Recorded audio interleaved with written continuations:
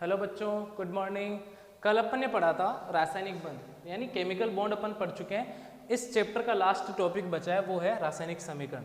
तो रासायनिक समीकरण की अगर बात करें अपन तो रासायनिक समीकरण की परिभाषा सबसे पहले आपको लिखनी है। तो रासायनिक समीकरण की परिभाषा देखो क्या होती है कि अगर कोई अभिक्रिया है, रासायनिक अभिक्रिया है, कोई रासायनिक अभिक्रिया है, रासायनिक अभिक्रिया, ठीक है, रासायनिक अभिक्रिया को उसके प्रतीकों और अणुसूत्र में व्यक्त करना ये क्या होता है? रासायनिक समीकरण। रासायनिक अभिक्रिया को प्रतीकों व अणुसूत्र में व्यक्त करना, अणुसूत्र में व्यक्त करना, ठीक है, व्यक्त करना, ये क्या होता है? समीकरण होता है। यानी कोई भी रासायनिक अभिक्रिया है उसमें कोई यौगिक है, ठीक है, तत्व है, तो उनको उनके प्रतीकों और अणुसूत्र में व्यक्त करना ये क्या होता है? रासायनिक समीकरण होता है। उदाहरण की अगर मैं बात करूं तो उदाहरण देखो इस तरीके से लेंगे अपन कि जैसे मैंने आपने 8th क्लास में पढ़ा होगा कि मैग्नीशियम, ठीक है, इसकी अभिक्रिया ये ऑक्सीजन के साथ अभिक्रिया करके ऑक्सीजन, ठीक है, तो ये क्या बना लेते हैं? मैग्नीशियम ऑक्साइड, ठीक है। यानी कोई भी धातु है वो ऑक्सीजन के साथ अभिक्रिया करके ऑक्साइड बना लेती है, अपने को पता है ये चीज़। तो मैग्नीशियम जो है वो ऑक्सीजन के साथ क्रिया करके क्या बना लेगी? Magnesium oxide. अब ये तो हो गई एक अभिक्रिया, इसको अपन क्या बोलेंगे? अभिक्रिया, रासायनिक अभिक्रिया, ठीक है भाई। लेकिन रासायनिक समीकरण कब बोलेंगे इसको? जब इनको अपन क्या किस रूप में प्रदर्शित कर दें? प्रतीकों के रूप में। तो आपको पता है कि मैग्नीशियम का प्रतीक क्या होता है? Mg। ऑक्सीजन का प्रतीक क्या होता है? O2, ठीक है। और यहाँ पे मैग्नीशियम ऑक्साइड तो MgO। अब इसको संतुलित भी करना है आपको। ये अपन सीखेंगे इसमें कि किस तरीके से अपन समीकरण को संतुलित करते हैं। सारा टॉपिक अपन करने वाले हैं, ठीक है। इतना क्लियर है। एक और एग्जाम्पल देखो, जैसे मैंने लिया कि हाइड्रोक्लोरिक अम्ल,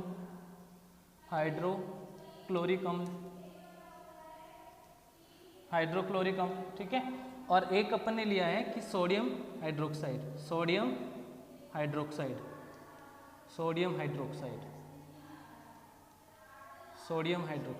ठीक है। तो सोडियम हाइड्रोक्साइड की अपन बात कर रहे हैं। तो देखो ये हाइड्रोक्लोरिक अम्ल सोडियम हाइड्रोक्साइड मिलके क्या बना लेते हैं? सोडियम क्लोराइड, ठीक है। प्लस क्या बनेगा यहाँ पे? जल। तो अब ये तो क्या हो गई? रासायनिक अभिक्रिया हो गई। अब इसको प्रतीक के रूप में निरूपित करते हैं अपन या अणुसूत्र में।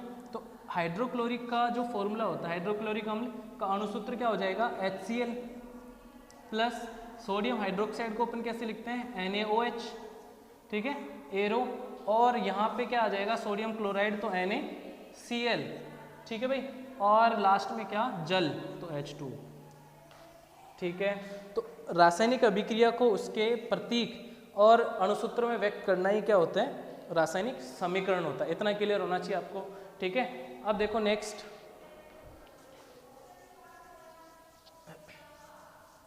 ये तो था रासायनिक समीकरण को निरूपित करना। अब अपन लिखते कैसे हैं उसको, क्या क्या चीजें होती है उसमें, वो देखो।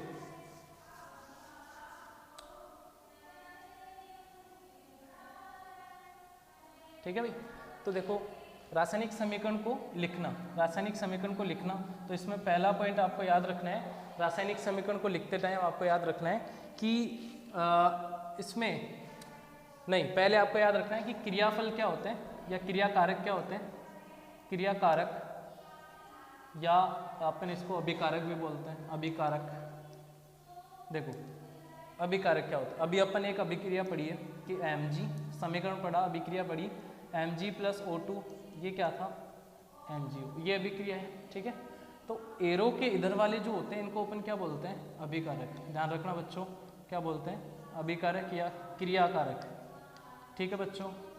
भाई ये अभिक्रिया है, एरो के पहले वाले जो होते हैं इनको अपन क्या बोलते हैं? अभिकारक या क्रियाकारक। और एरो के बाद वाले जो होते हैं उनको अपन क्या बोलते हैं? उत्पाद। क्या बोलते हैं भाई? उत्पाद, ठीक है, या क्रियाफल, ठीक है भाई। यानी इन दोनों की अभिक्रिया से जो पदार्थ बन रहा है उनको क्या बोलते हैं अपन? उत्पाद बोलते हैं, ठीक है, या फिर क्रियाफल बोलते हैं। तो अभिक्रिया में भाग लेने वाले जो पदार्थ होते हैं उनको अभिकारक, और उसके फलस्वरूप बनने वाले पदार्थ को अपन क्या बोलते हैं? उत्पाद बोलते हैं। इस तरीके से आपको लिखना है। अब देखो यहाँ पे लिखने की अगर बात आ रही है, अभिक्रिया को किस तरीके से लिखा जाए, समीकरण को किस तरीके से लिखा जाए, एक समीकरण अपन पढ़ रहे हैं तो उसको किस तरीके से लिखा जाएगा वो देखिए, ठीक है। इसमें देखो सबसे पहली चीज आपको ये लिखनी है कि क्रियाकारक जो होते हैं, क्रियाकारक उनको हमेशा एरो के पहले लिखा जाता है। क्रियाकारक को एरो जो होता है, तीर का निशान जो होता है, से पहले, वह क्रियाफल जो होते हैं उनको, क्रियाफल को एरो के बाद लिखा जाता है। इतना क्लियर है, ठीक है। यानी क्रियाकारक जो होते हैं उनको पहले लिखा जाता है, क्रियाफल को एरो के बाद लिखा जाता है। इतना क्लियर है, ठीक है। पहला पॉइंट आपको ये याद रखना है। फिर इसमें लिखना है कि अगर एक से ज़्यादा क्रियाकारक या क्रियाफल हैं तो उनके बीच में प्लस का साइन लगाना है, ठीक है। जैसे कि अभी अपन ने पढ़ा था कि Mg और प्लस में अपन ने क्या लिखा था? O2। तो ऐसे जब भी क्रियाकारक हो, एक से ज़्यादा क्रियाकारक हो तो या क्रियाफल हो तो उनके बीच में हमेशा क्या लगाएंगे अपन? प्लस का साइन लगाएंगे, ठीक है बच्चों। अब जो है इसमें आपको ये 2 पॉइंट क्लियरली याद रखने हैं। फिर आपको याद रखना है कि इनमें एक पॉइंट ये याद रखना है कि उत्क्रमणीय अभिक्रिया जो होती है, उत्क्रमणीय अभिक्रिया के लिए, उत्क्रमणीय अभिक्रिया जो होती है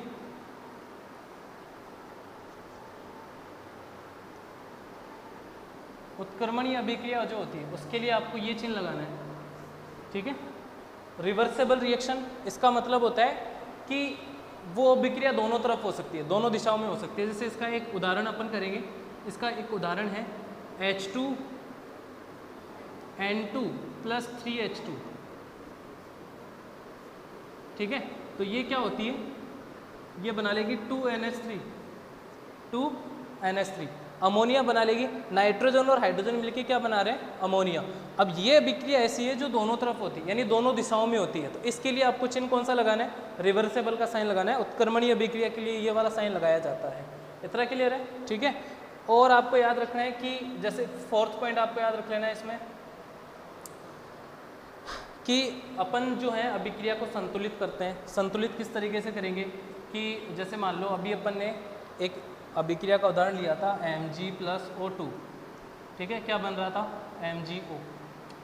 तो हमेशा ध्यान रखना है कि एरो के दोनों तरफ जैसे मैग्नीशियम है तो ये एक तत्व है, तो दोनों तरफ क्या होना चाहिए? बराबर होनी चाहिए। इनकी संख्या क्या होनी चाहिए?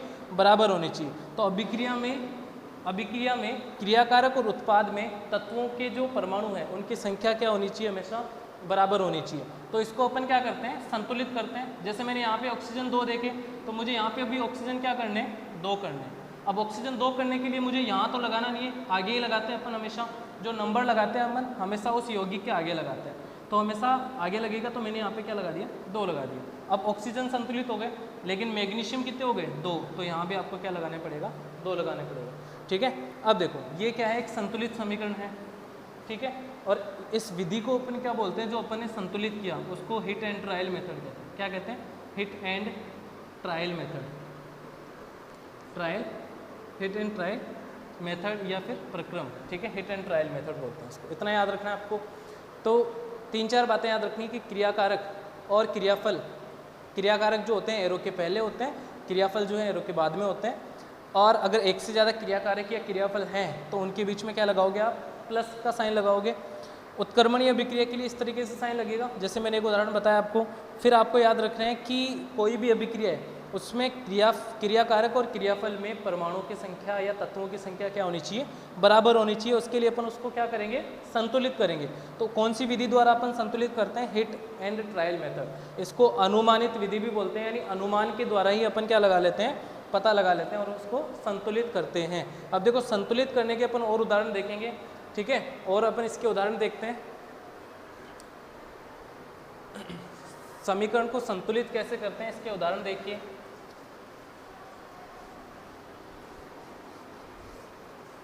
इससे पहले 2-4 चीज़ें और याद रखनी है कि जैसे मान लो कोई अपने पास जैसे ये CaCO3 है, इसको अपन गर्म कर रहे हैं। गर्म के लिए हमेशा साइन कौन सा लगाना है, ट्रायंगल का ऊपर साइन लगा देंगे। अब ये क्या बनेगा, CaO प्लस CO2, इस तरीके से बनेगा। अब यहाँ पे याद रखना है कि जब भी जैसे मान लो CaCO3 कैल्शियम कार्बोनेट है, तो ये क्या होता है, ठोस होता है, तो इसके लिए आपको लगाना है ब्रैकेट में नीचे S। ये CaO जो होता है ये भी क्या होता है, सॉलिड होता है, ठोस होता है, तो इसके लिए भी आपको क्या लगाना है, S लगाना है। CO2 क्या होती है, गैस होती है, तो इसके लिए G लगाना है। इस तरीके से जो है इनकी भौतिक अवस्थाएं, फिजिकल स्टेट को हमेशा ब्रैकेट में नीचे की तरफ निरूपित करना है आपको, ये एक पॉइंट याद रखना है।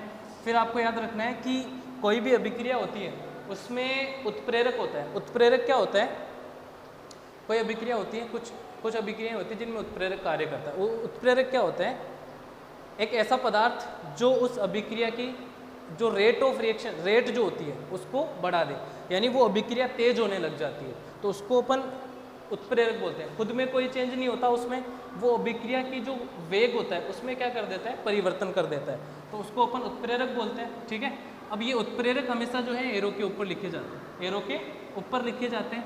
एक अभिक्रिया में एक क्या होता है, तापमान और दाब। तापमान और दाब को भी हमेशा कहाँ लिखा जाता है, एरो के ऊपर या नीचे लिख सकते हैं अपन। इतना क्लियर है, ये आपको पॉइंट याद रखना है। अब कुछ एग्जाम्पल आपको मैं बता रहा हूँ समीकरण संतुलित करने के। देखो, समीकरण को संतुलित करना, रासायनिक समीकरण को संतुलित करना। संतुलित किस तरीके से करते हैं अपन, देखिए एक उदाहरण लिया अपन ने, एक उदाहरण लेते हैं अपन कि CaOH का whole twice plus Cl2 plus Cl2, या अपन इस पर यहाँ ले लेते हैं CO2। ठीक है, तो बताइए क्या बनेगा यहाँ पे, CaCO3 बनेगा प्लस H2 प्लस क्या बनेगा, H2। तो यहाँ पे क्या ये समीकरण संतुलित है, पहले तो ये चेक करना है कि क्या ये समीकरण संतुलित है क्या। तो अपन देखते हैं, देखिए संतुलित है या नहीं है। देखो एरो के इधर क्या है, ये क्या है, क्रियाकारक, क्रियाकारक। एरो के बाद क्या है, क्रियाफल, ठीक है, या उत्पाद। अब इन दोनों में देखना है कि क्या परमाणुओं की संख्या या तत्वों की संख्या बराबर है। तो कैल्शियम देख रहा हूँ मैं, कैल्शियम 1 है, इधर भी 1 ही है। फिर मैंने देखा कि हाइड्रोजन जो है, हाइड्रोजन वो कितने, 2 है इधर, ठीक है, इधर भी हाइड्रोजन 2 है। ऑक्सीजन की देख लेते हैं एक बार, ऑक्सीजन 2 तो यहाँ है और ऑक्सीजन 2 यहाँ है, तो 4 है, और इधर भी 4 है। तो ये समीकरण तो क्या है, संतुलित है। अब इसका एक और उदाहरण ले लेते हैं अपन कि जैसे मैंने ले लिया Na, ठीक है, NaOH प्लस HCl, तो क्या बना, 2NaCl और प्लस H2। तो इसको अगर संतुलित करना है हमारे को, तो देखो वही चेक करना है कि क्या दोनों तरफ तत्वों की संख्या बराबर है या परमाणु की संख्या बराबर है क्या। तो सोडियम जो है वो इस तरफ 1 है और यहाँ पे 2 है, तो मैं क्या करूँगा, इसके आगे भी क्या लगा दूँगा, 2 लगा दूँगा। फिर अपने को चेक करना है कि क्या क्लोरीन भी बराबर है क्या। तो क्लोरीन यहाँ पे 2 है, तो इधर भी क्या लगाना पड़ेगा आपको, 2 लगाना पड़ेगा। अब देखो एक बार कि हाइड्रोजन देखो एक बार, 2 तो हाइड्रोजन यहाँ है और 2 यहाँ है, तो इसके आगे भी आपको क्या लगाना पड़ेगा, 2। इस तरीके से ये जो है संतुलित होती है समीकरण। ठीक है, अब जो अगला जो चैप्टर है अपन वो नेक्स्ट क्लास में करेंगे। तब तक इस चैप्टर के आप प्रॉपर तरीके से नोट्स बनाइए और इसको प्रिपेयर करिए। ठीक है।